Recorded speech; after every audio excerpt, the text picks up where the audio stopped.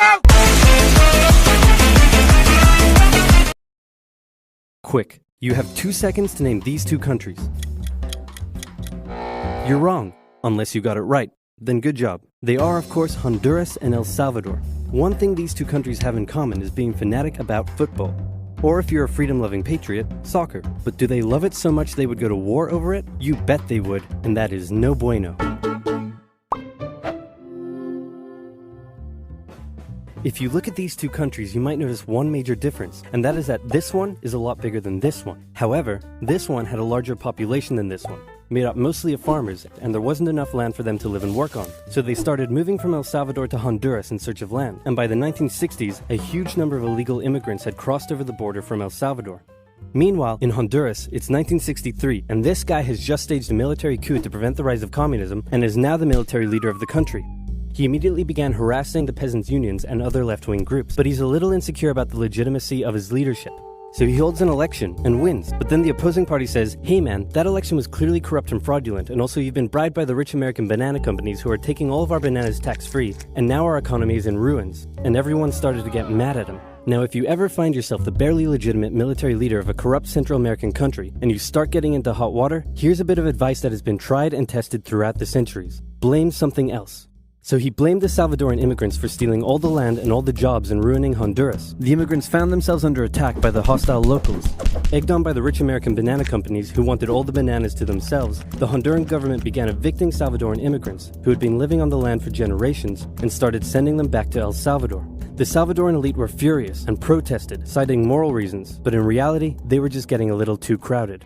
So tensions were about as high as they could be, but then...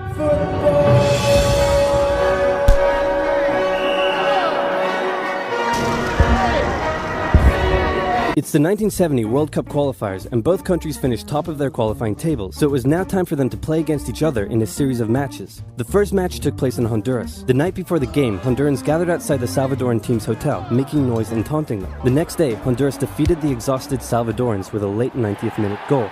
After the match, a young Salvadoran fan, unable to bear her country's defeat, shot herself.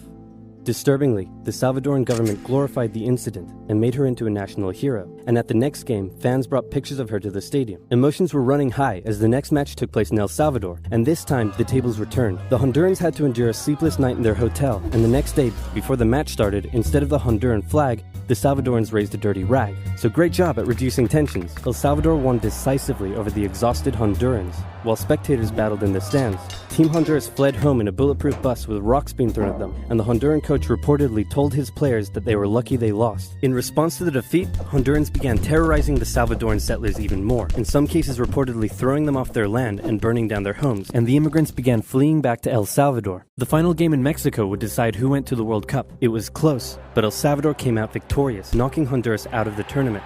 The atmosphere was riotous, literally, and back in Honduras, attacks on the Salvadoran immigrants further increased. This was too much for El Salvador to bear. With its people under attack and an unmanageable refugee crisis on its hands, El Salvador severed all diplomatic ties with Honduras and declared war.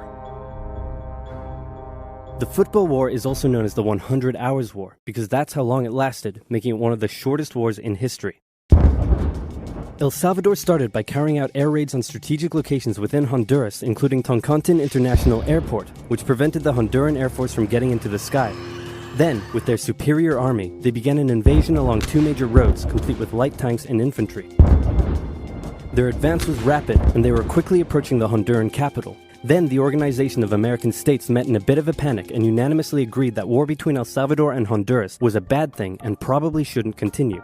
So they went to El Salvador and said, "Can you please stop invading?" And El Salvador declared, "Not until they stop being jerks," and so the war went on. The Honduran Air Force finally got into the sky, and with aid from neighboring Nicaragua, they successfully carried out air raids on Salvadoran air bases and oil facilities, crippling the Salvadoran supply line and stopping their advance dead. Caught in a bit of a stalemate, the situation was no longer advantageous to El Salvador, so when the Organization of American States once again asked them to stop and agreed to ensure the safety of the Salvadoran immigrants, El Salvador relented, and a ceasefire was organized on the 18th of July. Then the OAS said, "Can you now please withdraw your troops from Honduras? No, please, no, please, no, please, no. Do it or we'll sanction you." You know what? Just for you, I'll do it. So El Salvador pulled its troops out of Honduras on the 2nd of August, and with casualties in the thousands, the war was over. The economies of both nations were damaged by the war, and El Salvador didn't have the capability to take care of all the returning immigrants, a crisis that eventually helped cause a civil war. The war left behind land and border disputes, some of which are still a cause of tension to this day. El Salvador went on to play in the World Cup, but lost every match they played and didn't make it past the group stage. So in the end, nobody achieved anything, and there were no winners. Except for this guy.